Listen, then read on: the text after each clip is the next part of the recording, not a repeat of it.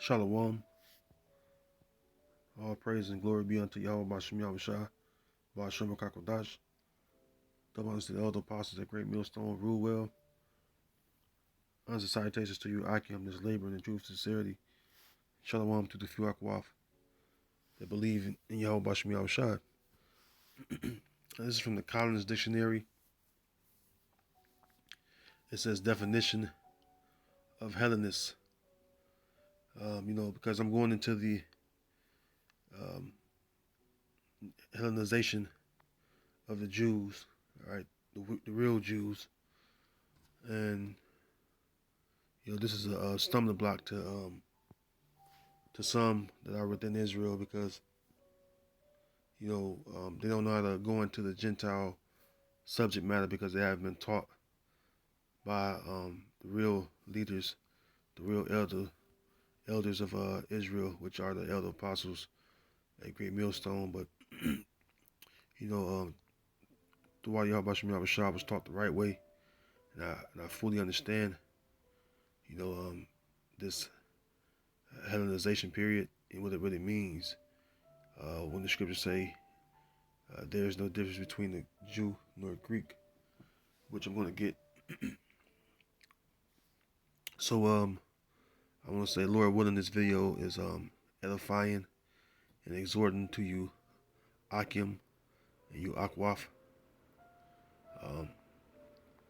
Again, this is from Collins Dictionary. All right. It says definition of Hellenist in American English. It says 1, a non-Greek. It's especially a Jew of the Hellenistic period who adopted the Greek language and customs, etc. A specialist in the study of the classical Greek language and ancient Greek culture. So, in the scriptures, I always mention Paul spake of the Gentile foreigners. When you think of the word Gentile in the New Testament, the vast majority of the time you see Gentile, all right, especially pertaining to the New Testament. Which I'm referring to that. It mentions Paul speaking to the Gentile Christians, which we know the Christians was first, the Jews that was living in Antioch. So, without any further ado, I got an article, some history. I brought up. Again, Lord willing, is edifying and exhorting. So this is from PBS.org. And it says, Hellenization or Hellenism refers to the spread of Greek culture that had begun after the conquest of Alexander the Great in the 4th century BCE, which I believe BCE is before Christian era. It says one must think of the development of the Eastern Mediterranean really in two major phases. The first, the conquest by Alexander, which brought Greek culture to the Middle Eastern territories. Well, where's the land of Israel? Is it not in the Middle East? Is not the land of Israel the land of the Israelites, the 12 tribes of Israel? All right, which the word Jew just mean, the word Jew is a title. It refers to the southern kingdom tribes. Okay, you had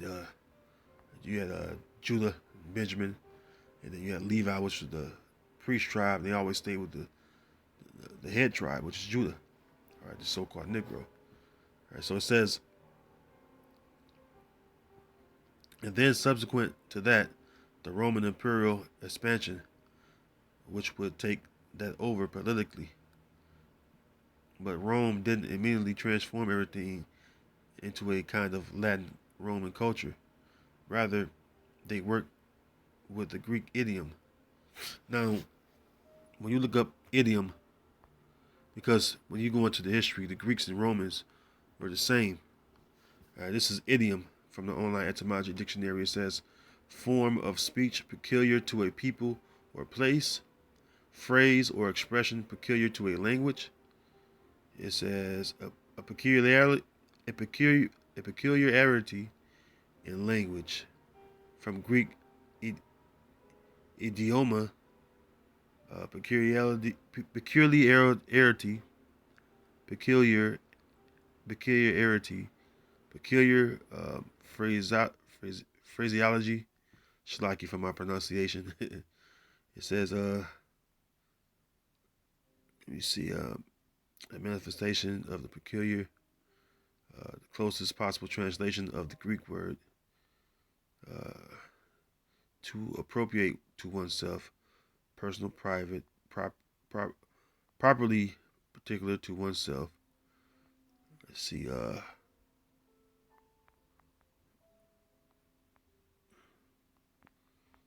see what the definitions say.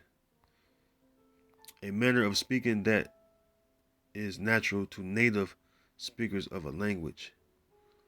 The usage or vocabulary that is characteristics of a specific group of people. Well, the Greeks, or the Greek Empire, all right, which is Esau, Edom, all right, the so-called white man when they first came into power. It was Alexander, took down Darius and the Medes. Um, Pretty much, you know, the Greek Empire translated into the Greco-Roman, and then into the Roman Empire. They're the same people. All right. So basically, idiom is just taking on, you know, a particular language or native language of the Greeks, because they was the same people. When you go into the history, you see they spoke the same language. I mean, Latin is Latin stems from Greek. When you go into the history of languages, all right, so you get an idea. A lot of that Roman fashion came from the Greeks because they were the same people. All right, it was almost identical. So back in the article, it says, matter of fact, let's read that.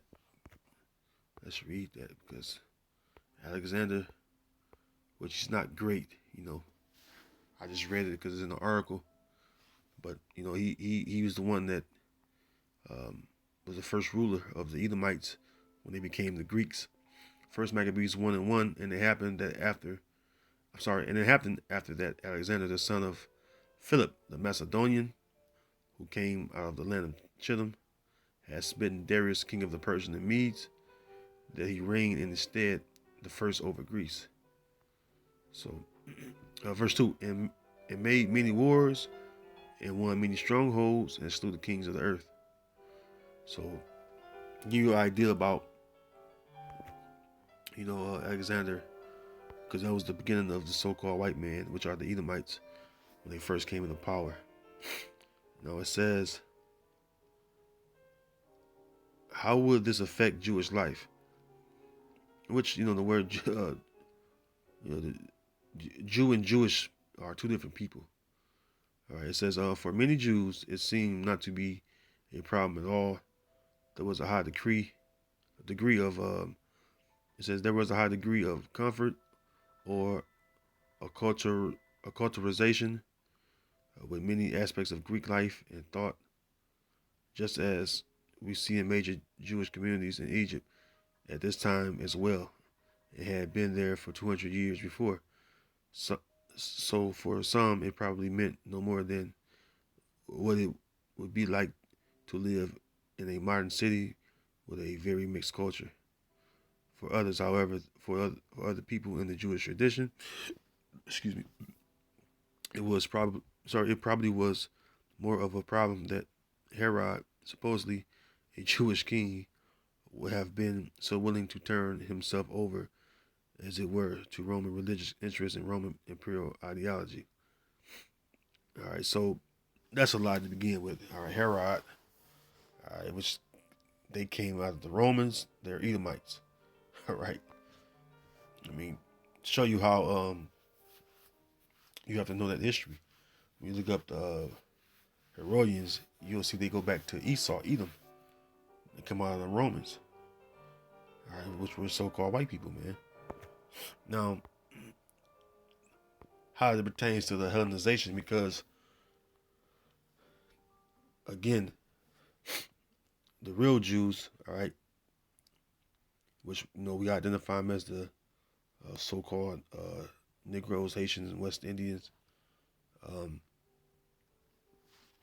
they was the ones that mainly uh, called the Jews. All right, and then during this time, when when the Edomites became the Greeks, they oppressed Israel. Now, back in First Maccabees 1:10, it says, "And there came out of them a wicked root, Antiochus, surnamed Epiphanes, son of Antiochus the king, who had been in hostage at Rome, and he reigned in the 130 year and 7th year of the kingdom of the Greeks." Yeah, so when you go into the history of Antiochus, surnamed Epiphanes, you'll see how he sorely oppressed Israel and how he persecuted the Jews. All right. It says, verse 11, "In those days went there out of Israel wicked men who persuaded many, saying, Let us go and make a covenant with the heathen that are round about us. For since we departed from them, we have had much sorrow." So this device pleased them well. So, when it says that, well, let's go back to it. It said that, they accepted, you know, uh, basically Greek life. See, it says, for many Jews, it seemed not to be a problem at all. And, that's them sellout Israelites, man. Sellout Jakes that willingly got down with Greek culture, Greek fashion, started speaking Greek language, you know, and a lot of them did it too um, out of fear of the Greeks, because they were in power, and Antiochus Epiphanes, even the Greeks themselves, they um, did a lot of heinous things to Jake at that time. Now, continuing on in First Maccabees 1, I want to jump down. I'm at verse 13. It says, "Then certain of the people were so forward herein that they went to the king, who gave them license to do after the ordinance of the heathen." So you did have this thing going on where Jake Jake was getting down, doing after the heathen. All right, it says verse 14, "Whereupon they built a place of exercise at Jerusalem according to the customs of the heathen, and made themselves uncircumcised, and forsook the holy covenant, and joined themselves to the heathen, and were sold to do mischief." So you had things like that going on. All right, where Jakes were selling themselves out. They was forgetting, like I said, the covenant. They was forgetting the Most High's law, or the commandments and statutes, and they was getting down with Esau. All right, get down what Esau wanted them to do. All right, this is how they became Hellenized. All right, because when you go into history, excuse me, um, some of them was forced, man, because you had Israelites that rebelled, and it was made examples of them, which I'll get that. Matter of fact, let's go to Second Maccabees 6. Let's go to Second Maccabees 6, and I think we'll start at the top here. Second Maccabees chapter 6, verse 1, it says, "Not long after this, the king sent an old man of Athens to compel the Jews to depart from the laws of their fathers, and not to live after the laws of the Most High." So,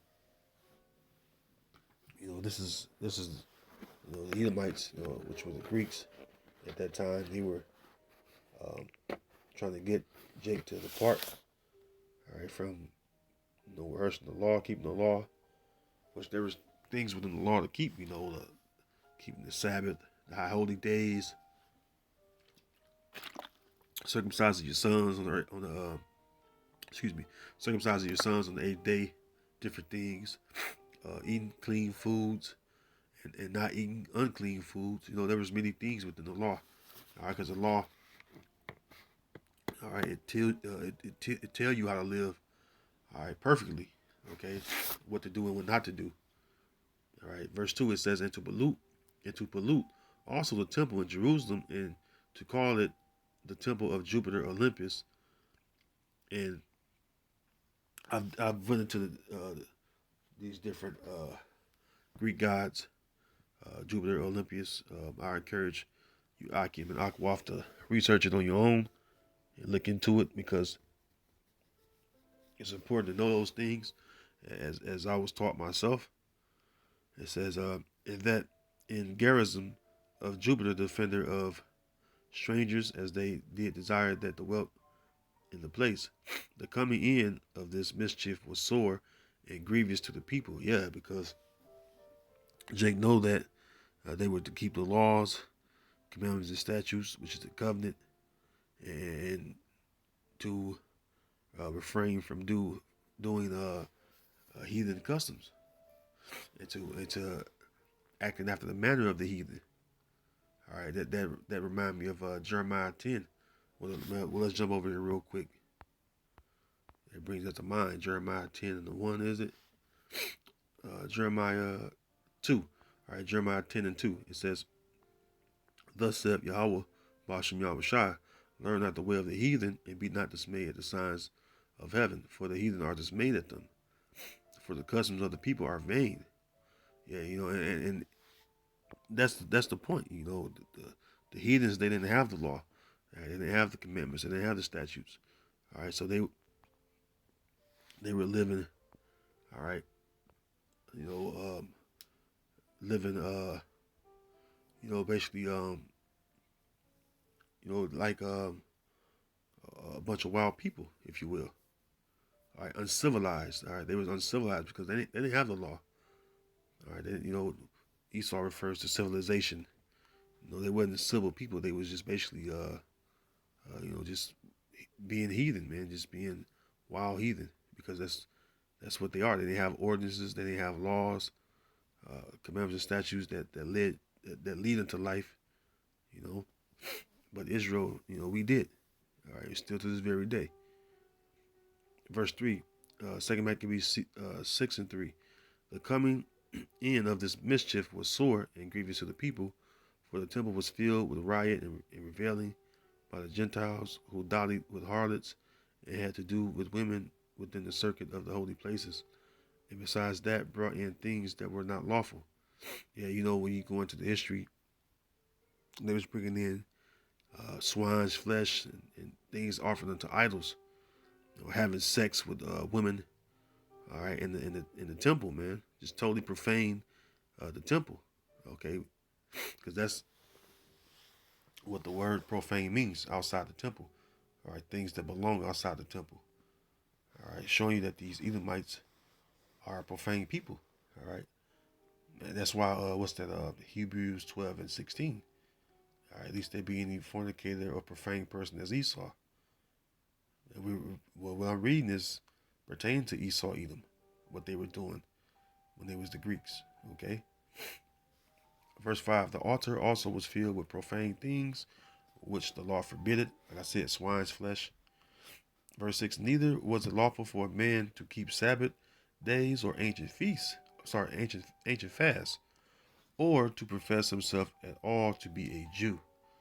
So it said that it was grievous unto the people, right? All right, it was grievous unto Jake, and they wasn't able to profess themselves at all to be a Jew. You know what? They couldn't call themselves Israelites. They couldn't call themselves Judah, Benjamin, and Levi. You know? So what else was they to call themselves? Well, again, when you go back to the Collins Dictionary, all right, this is what they became. It says a non-Greek, a Jew of Hellenistic period, who adopted the Greek language and customs, which made them what? Greeks. Just like today, when you got this it's not nationality, it's a citizenship of being an American. Okay, you see, to this very day, people come over to America and they take on American customs and American languages, but they came from other lands and they were speaking their own language. The same with Jake. All right, speaking the Lashon Kodash, no, the ancient Paleo Hebrew, and it started speaking what Greek. Okay, so this is basically uh, the Hellenization period. Okay, this is matter of fact, it was something else I want to read in here. I'll keep reading because it was something that I'm going to read down to get that. Um, One man, Second Maccabees 6, it says, neither was it lawful for a man to keep Sabbath days or ancient fasts, or to profess himself at all to be a Jew. And the day of the king's birth, every month, they were brought by bitter constraint to eat of the sacrifices. And when the fast of batches was kept, the Jews were compelled to go in procession to Bacchus, carrying ivy. Moreover, there went out a decree to the neighbor cities of the heathen by the suggestion of Ptolemy against the Jews that they should observe the same fashions and be partakers of their sacrifices. And whoso will not conform themselves to the manners of the Gentiles should be put to death. Then might a man have seen the present misery. See, that's what I was just mentioning. You had these devils was putting uh, Jakes to death, man, for not conforming. All right, and if you don't know what the word conform means, let's get that. Let's go to the word conform. Let's type that up. Conform. Form. Excuse me. It says conform. Well, to be obedient. It says to Heavenly Father, comply. Um, to fashion, to form, to shape, educate, modify, assimilate it. To make of the same form or character, bring into harmony, make agreeable. Yeah. Act in accordance with an example. See what the definitions say. It says be similar, be in line with, adapt or conform oneself to new or different conditions. See, the conditions were you speak after the Greek language, or speak the Greek language, or you do the Greek fashions, all right, or you what are to be put to death, like I just read. See, now you see why when you go into um, the New Testament, because the Apocrypha is between the Old Testament and New Testament. When you go into the New Testament, you see where it mentions there's no difference between a Jew nor a Greek. Let's go into some of those scriptures, man, because you have to know this um, Hellenization period, okay, to understand the reason why it mentions Jew nor Greek, okay.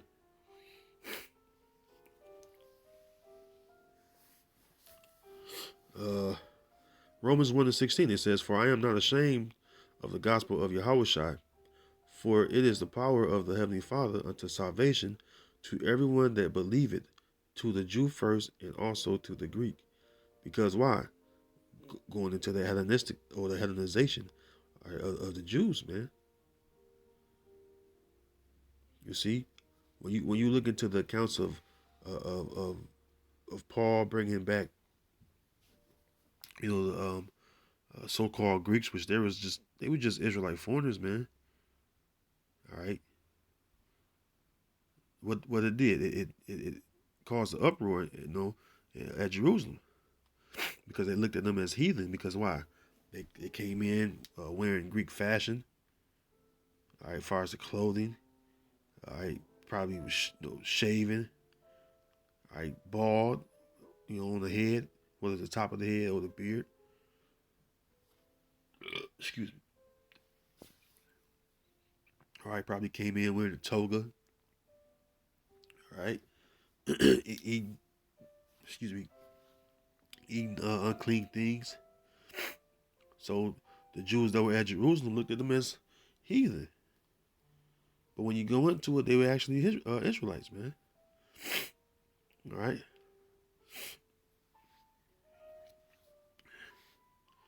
Let's go to Romans 10 and let's see. Romans 10th chapter. Let's see what that says. Romans 10 and 12. It says, "For there is no difference between the Jew and the Greek." Yeah, there's no difference because why? Though they looked at them as Greeks, all right, yet they were Israelites, man. And just like no, you got guys within Israel, they think that because you have an Israelite that he may not necessarily look like a so-called normal-looking Israelite, a so-called Negro, a so-called Latino, a so-called Native American, or a so-called Puerto Rican. He made like a heathen wherever he came from. He made like a East Indian. He made like a so-called Chinese person. He made like a so-called Arab. He made like a so-called African. All right. He made like a so-called Edomite. All right.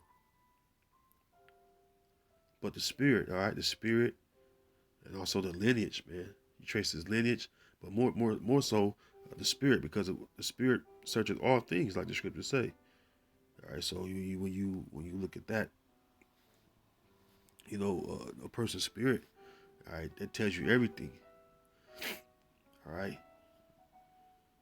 It says, "For there is no difference between the Jew and the Greek, for the same Lord over all is rich unto all that call upon him. For whosoever shall call upon the name of the Lord shall be saved." Yeah, you had Israelites, which were Gentile foreigners. I mean, Israelite foreigners. I'm sorry. That like I said, they were once doing or living after the manner of the Greeks, but they was yet Israelites, man. That's why we always go to Ephesians, because it's a good one to hit too. Ephesians, let's see. Uh,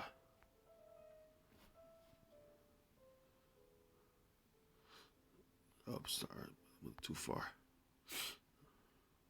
Ephesians, what's that? Ephesians, 6. It's like I had it. It just came up to my, it just came to my mind when I just was thinking upon it, because that's, uh, that's Ephesians. That's one of the things you look for. What's it? Ephesians 2. Con. Yeah, con. Ephesians 2. I had some precepts written down, so I had to remember. I had to remember where is that. I didn't write this one down though. But anyways, continuing on. Ephesians chapter 2 and 11, it says, "Wherefore remember that ye being in time past Gentiles in the flesh, who are called uncircumcision, by that which is called the circumcision in the flesh made by hands, that at that time you were without Yahushua, being aliens from the commonwealth of Israel, and strangers from the covenants of promise, having no hope and without the Most High in the world." Because why? They was living as the Greeks, all right, the Edomites, man. All right, they wasn't introduced to the gospel according to, excuse me, they weren't introduced to the gospel, according to what Yahweh Shah taught, and then what the apostles, what the disciples, which later became apostles, and also the apostle Paul, when he was teaching about what having faith. All right, and he was bringing in what those Israelite foreigners back to the commonwealth and back into having faith. All right, or just believing on Yahweh Shah, which is the Most High's only begotten Son. You see, that's why it says that they was aliens from the commonwealth of Israel. All right, they didn't study the law. They didn't study the commandments and statutes. All right, some of them ones growing their beards, man. Okay, so to and you gotta think too. You go into the history of That was during the time of King David. It was Israelites that went to I believe it was Moab, and the Moabites had shaved off the Israelites' beard, and King David told them to they was told to stay out of the congregation until their beards grew back. So that was a huge thing, all right, among Israel, man, for a man to have his beard and not be all clean shaven, like you're a grown ass man, you got a smooth face like a little boy, man. All right, so yeah, he may see him looking like an Israelite, far as you could tell he's maybe by his skin complexion or whatever, but without a beard, it's like, hey, all right, he wasn't taught, all right, the circumcision. All right, he wasn't brought up within the circumcision. Some of them wasn't circumcised on the eighth day, as far as the circumcision of the flesh. Your boys to be circumcised on the eighth day after birth, right? That's when the blood clots. You cut off that little skin. All right, some of them wasn't circumcised. Okay, and then you look at what's that? Let's go to Acts. Let's go to Acts.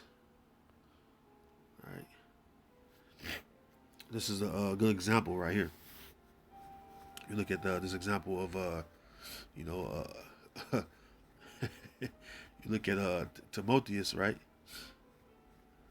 Timotheus, all right, his example is a clear example of descending from an Israelite foreigner.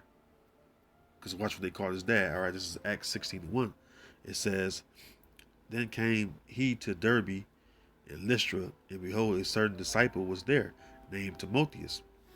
Now, this is a Greek name right here, Timotheus, man.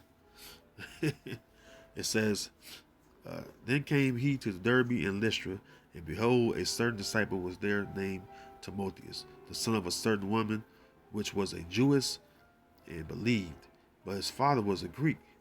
Now, what does it mean about his father being a Greek? Well, I just read to you in 2 Maccabees 6 that what? They was being persecuted and put to death for what? Not conforming, all right, to the Greeks, of culture and fashions, man. Why do you think it said that his father was a Greek? See, it says verse 2, because it goes on to say, verse 2, which was well reported of by the brethren that were at Lystra and Iconium, him would Paul have to go forth with him. I'm sorry, him would Paul have to go forth with him, and took and circumcised him because of the Jews which were in those quarters, for they knew all that his father was a Greek. And as they went through the cities, they delivered them the decrees for to keep that were ordained of the apostles and elders which were at Jerusalem, because why they knew that, hey, his father was a Greek, so they bringing in that, this guy, he been taught after the heathen of the manner of the heathen.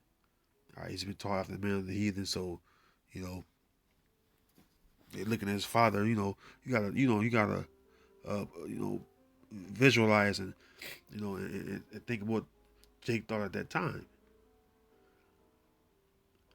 And look at his dad. His dad was raised up in our traditions, all right, in our customs. So what was this man taught? But it says he was well reported of. Meaning what? He was well taught within of other traditions, of the customs of the Commonwealth of Israel, man. Though his father wasn't. You see,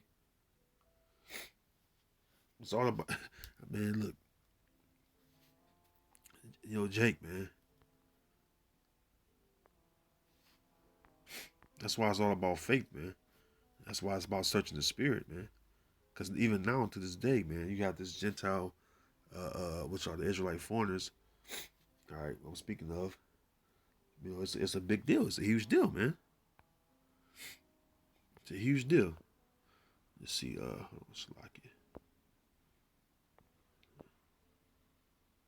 It was something I want to grab.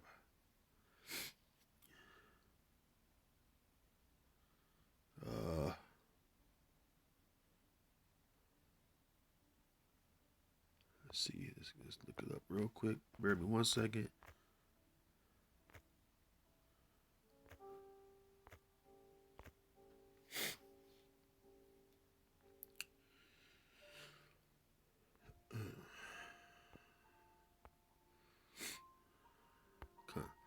This is the book of Acts 11 and 26. It says, oh, I started, I stopped a bit. Acts 11 and 22, it says, then tidings of these things came unto the ears of the church which was in Jerusalem, and they sent forth Barnabas that he should go as far as Antioch, who, when he came and had seen the grace of the Most High, was glad and exhorted them all that with purpose of heart they would cleave unto the Lord. For he was a good man and full of the Holy Ghost and of faith, and much people was added unto the Lord. Then departed Barnabas to Tarsus to seek Saul.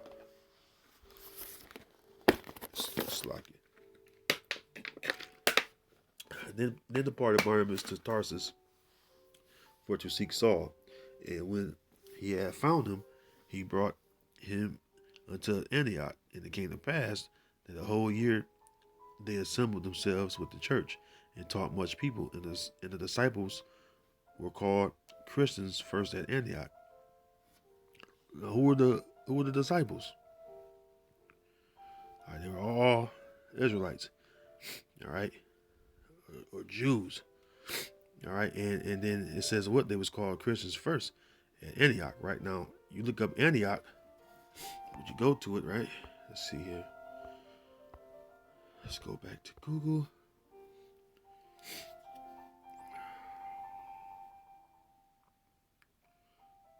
Go to Google. Click out of that. And we're gonna go.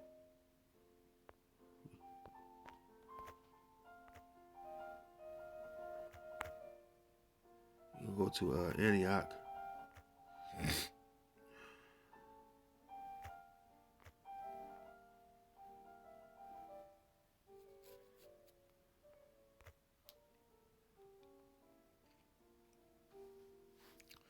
It says Antioch. Antioch on the Orontes was an ancient Greek city on the eastern side of the Orontes River.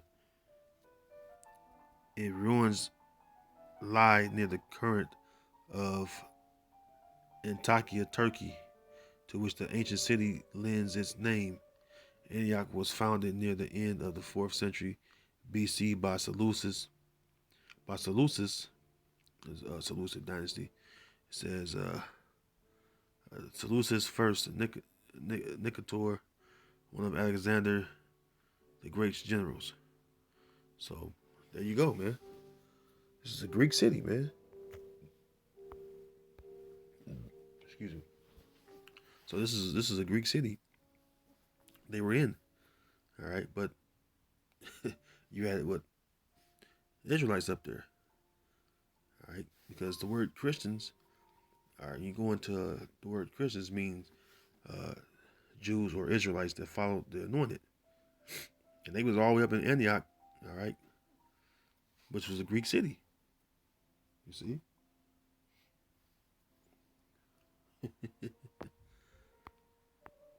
That's not in the land of Israel,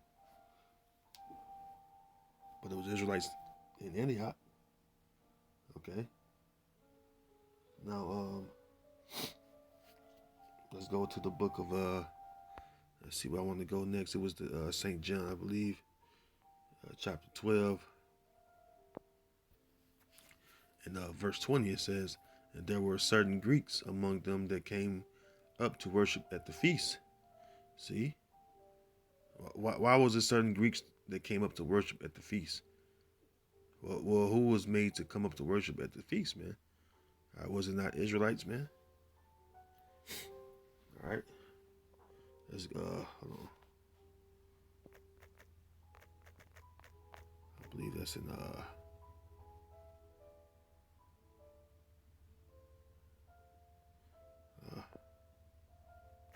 let's see.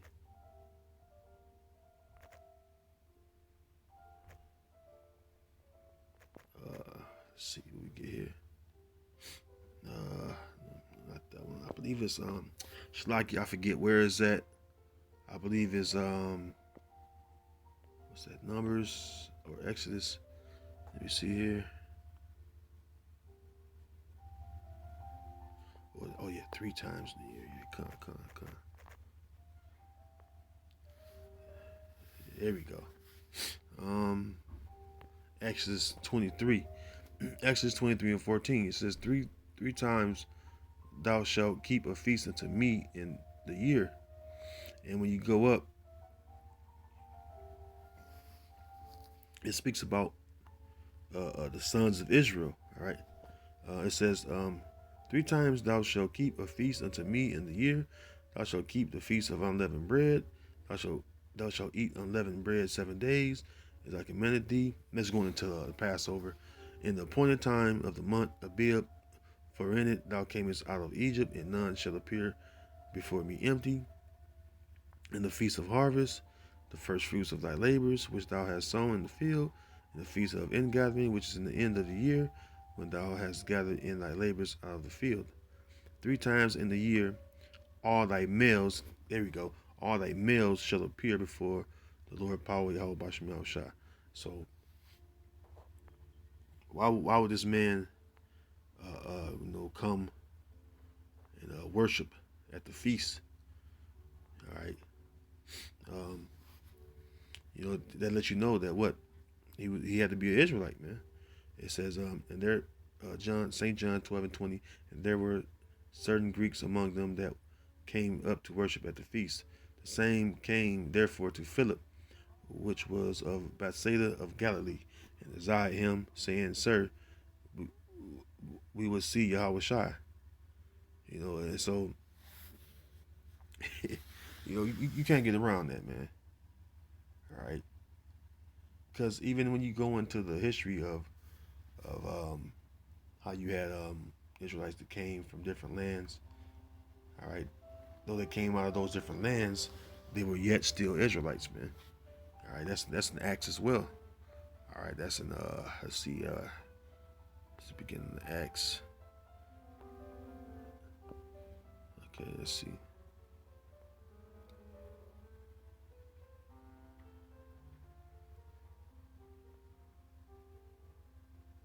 I'm gonna get that.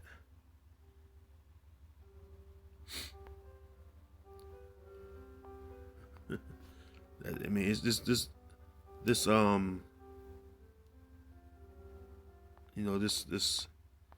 Gentile matter is a. Here we go. No, I passed it. No, this Gentile subject is a stumbling block, man. If you don't understand through the Spirit and see that these are actual Israelites. This is Acts chapter 2. I'm gonna go down to verse. Let's start at the top. I just read it going down. Acts 2:1. And when the day of Pentecost was fully come, they were all with one accord in one place. And suddenly there came a sound from heaven as a rushing mighty wind, and it filled all the house where they were sitting. And there appeared unto them cloven tongues like as of fire, and it sat upon each of them. And they were all filled with the Holy Ghost, and began to speak with other tongues as the Spirit gave them utterance. And there were dwelling at Jerusalem Jews, devout men out of every nation under heaven. See, out of every nation under heaven, right? Excuse me. It says, now when this was noised abroad, the multitude came together and were confounded, because that every man heard them speak in his own language. See, because why? The common language of Israel is what? Hebrew. All right, the ancient Paleo Hebrew.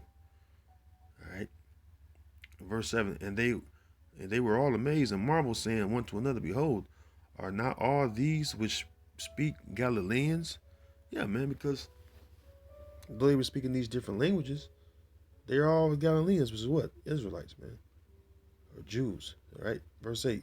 And how hear we every man in our own tongue, wherein we were born, Parthians and Medes and Elamites and the dwellers in Mesopotamia and in Judea, and in it says in Cappadocia, and Pontus, and Asia, Phrygia, and Pamphylia, in Egypt, and in the parts of Libya, about Cyrene, and strangers of Rome, Jews and proselytes, Cretes and Arabians.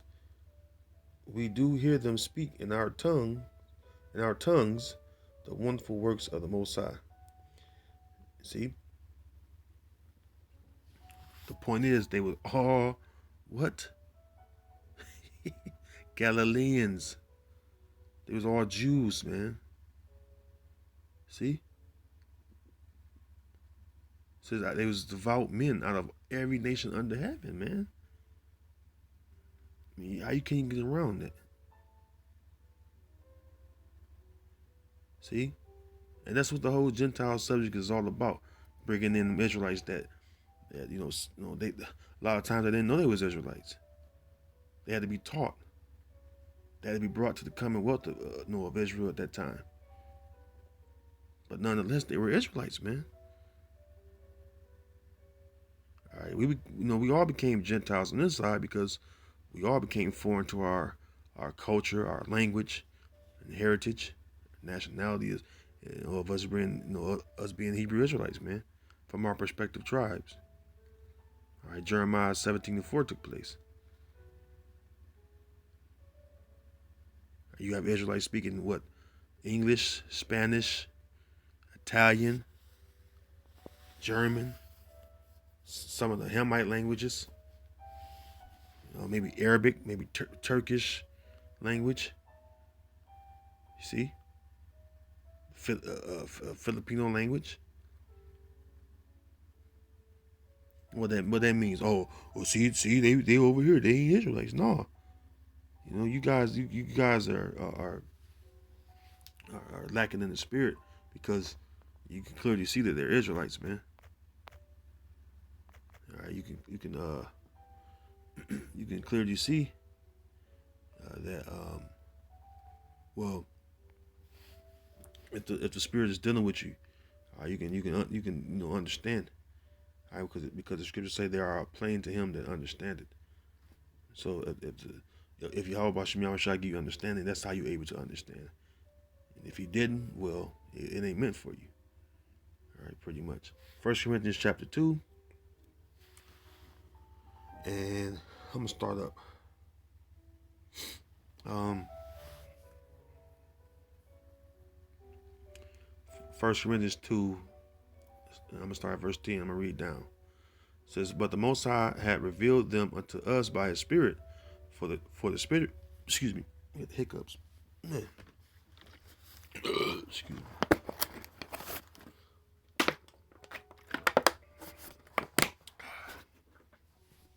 1 Corinthians chapter 2, verse 10. "But the Most High had revealed them unto us by His Spirit, for the Spirit searches all things, yea, the deep things of the Most High. For what man knoweth the things of a man, save the spirit of man which is in him? Even so the things of the Most High knoweth no man, but the Spirit of the Most High. Now we have received not the spirit of the world, but the Spirit which is of the Most High, that we might know the things that are freely given to us of the Heavenly Father." See? What did Yahweh Shah tell matter of fact, let's go to it real quick. It's that Matthew 12, Matthew 13.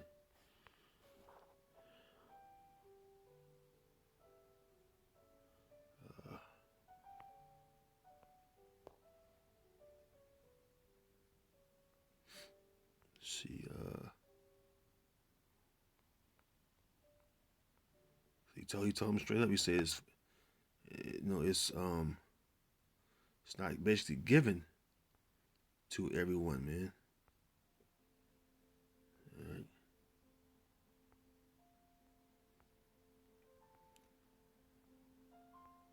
So why speakest thou parables? Let me see.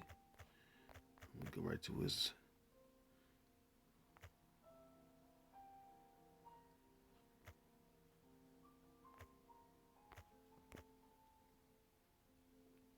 Yeah, 13. So like I know it's one of the two. Matthew 13:3. It says, and he spake many things unto them in parables, saying, behold, a sower went forth to sow. All right, it says, verse 4, and when he sowed, some seeds fell by the wayside, and the fowls came and devoured them up. Some fell upon stony places where they had not much earth, and forthwith they sprung up, because they had no deepness of earth. And when the sun was up, they were scorched, and because they had no root, they withered away. All right, so basically, Yahushua is going to the parable of the sower, right? Now I'm gonna jump down because it speaks to, that basically speaks to having a good foundation. I'm just gonna speed you up, a little bit, you Akim and Akwaf that may listen. It speaks about, being basically being planted, in good ground. Basically having a good foundation. All right, because if you're not teaching the right things, all right, you're gonna have guys fall by the wayside, man. You may know little certain things, but they don't know the whole truth, which the elder apostles teach us young brothers. They'll fall off eventually because they weren't grounded and rooted. All right, I'm gonna go right to the point though. Let's jump down to verse um, 10. It says, and the disciples came and said to him, why speakest thou unto them in parables? He answered and said unto them, because it is given unto you to know the mysteries of the kingdom of heaven, but to them it is not given. So that's my point. It's not given to everyone. All right. Back in 1 Corinthians 2, I'm at verse 12. It says, now we have received not the spirit of the world, but the spirit which is of the Most High, that we might know the things that are freely given to us of the Most High, which things also we speak, not in the words which man's wisdom teacheth, but which the Holy Ghost teacheth, comparing spiritual things with spiritual. But the natural man receiveth not the things of the Spirit of the Most High, for they are foolishness unto him, neither can he know them, because they are spiritually discerned. Yeah, and hey, I was bad at that when I first came in. I'm guilty of that, because I wasn't taught. You're coming out of the world, you had this color, you're colorblind. Oh, he is dad a white man. He's a white man. Well, you don't know that, man. His dad, could be a descendant of an Israelite. I had to learn those things, man. So I stumbled at the beginning because I had to erase everything that I thought I knew, right? I had to erase everything I thought I knew and be taught the right way and be basically deprogrammed and then be reprogrammed with the right things. All right. If you understand, all right. Hopefully you understand that. All right, to be deprogrammed, to be reprogrammed with right things. All right, you deprogram your minds with the things you taught in this world. When you come in this truth, and you're reprogrammed. All right, basically born again. When you're born again, you're like a babe. You don't know nothing, so you have to be taught. All right, and that's the thing. All right, had to be taught because you don't know. You have to look up things and search out things and look at one's spirit to be able to discern one's spirit and to know because a person may be Irish, but you don't know where the Irish come from. You have to discern one's spirit. See, and the natural man can't receive that. All right, only the spiritual man, because we have the ability to have spiritual discernment. All right, so we see things through the spirit and power of Yahweh Shem Yahushua. Okay, That's how we able to understand that the Gentiles, all right, which was called, which Gentiles is foreigner, all right, which was Israelite foreigners. We know that the ones that Paul was teaching and bringing back to Jerusalem and teaching them about the faith of Yahweh, in Yahweh Shai, we know that they were what? Israelites, man, pretty much, all right? So with that, I'm going to close. I'm going to say, Lord willing, you're edified and exhorted in spirit. Some of the precepts I didn't write down, I was just coming to mind as I was going. Spirit flow how it will. So, Lord willing, you edify, and until next time, I bid you shalom to the sincere Akim and Akwaf. Shalom.